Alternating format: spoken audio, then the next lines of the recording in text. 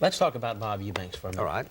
Grew up in California. You got into radio, I guess, and how did that all come about? I was raised in California. I'm not sure I've ever grown up anywhere.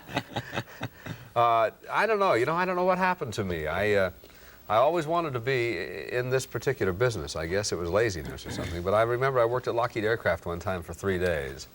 And a man dropped dead in front of me after the 3rd day. And I said, well, I don't want to be here.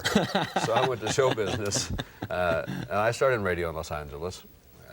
But I You knew, started in Los Angeles? No, I started about 40 miles out of L.A. in a little town called Oxnard, but I realized very early there was no such thing as a 50-year-old rock and roll disc jockey. I better do something else. So I think consequently came the game shows, and consequently came the concert promotion, the artist management, and things of that sort. I used radio, really, as a center of a wheel to try to establish other businesses.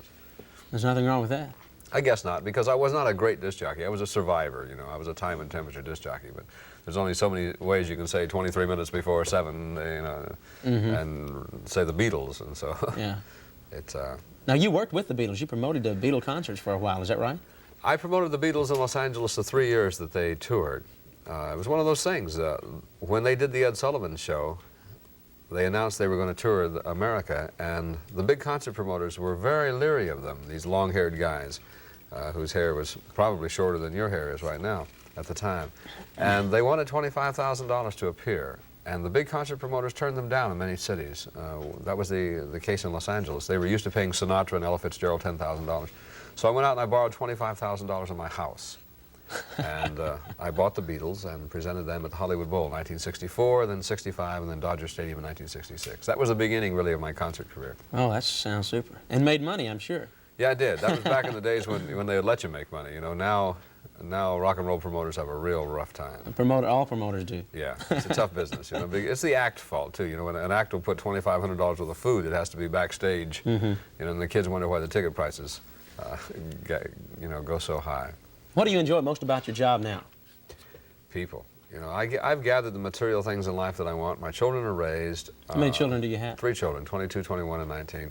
You certainly don't look that old. Oh, no, I don't. But I am. I'll tell you that. And this morning, I darn sure feel it, folks. I enjoy the people that I work with. I am not going to do anything I don't want to do anymore, and that's an enviable position.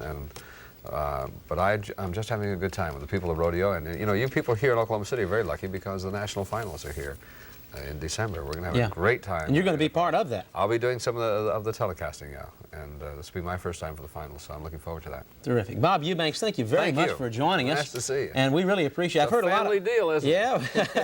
Jeez. Well, we're thinking about adopting Robbie, but our parents just haven't got the papers in the I see. Well, who gets up the earliest? I do. Butch gets up at 3, I get up at 4. Takes a little bit longer for me to comb my hair. I understand. Yeah, me too. I just set it over here on the counter. Bob, really, we've enjoyed it. And, you know, I've heard a lot of nice things about you from people behind the scenes. Well, now you know they're all wrong. And say you're good to work with. Listen, thank you very much for joining us. We'd like for you to come back sometime. I'd love to come back. During the National Finals. How does that sound? Can I do this? Can you do that? You go right ahead. Sure. We'll have a report from the Oklahoma National Stockyards, and Robbie will be here with this morning's second sports report. So don't you go away. We'll be right back for that, okay? Terrific.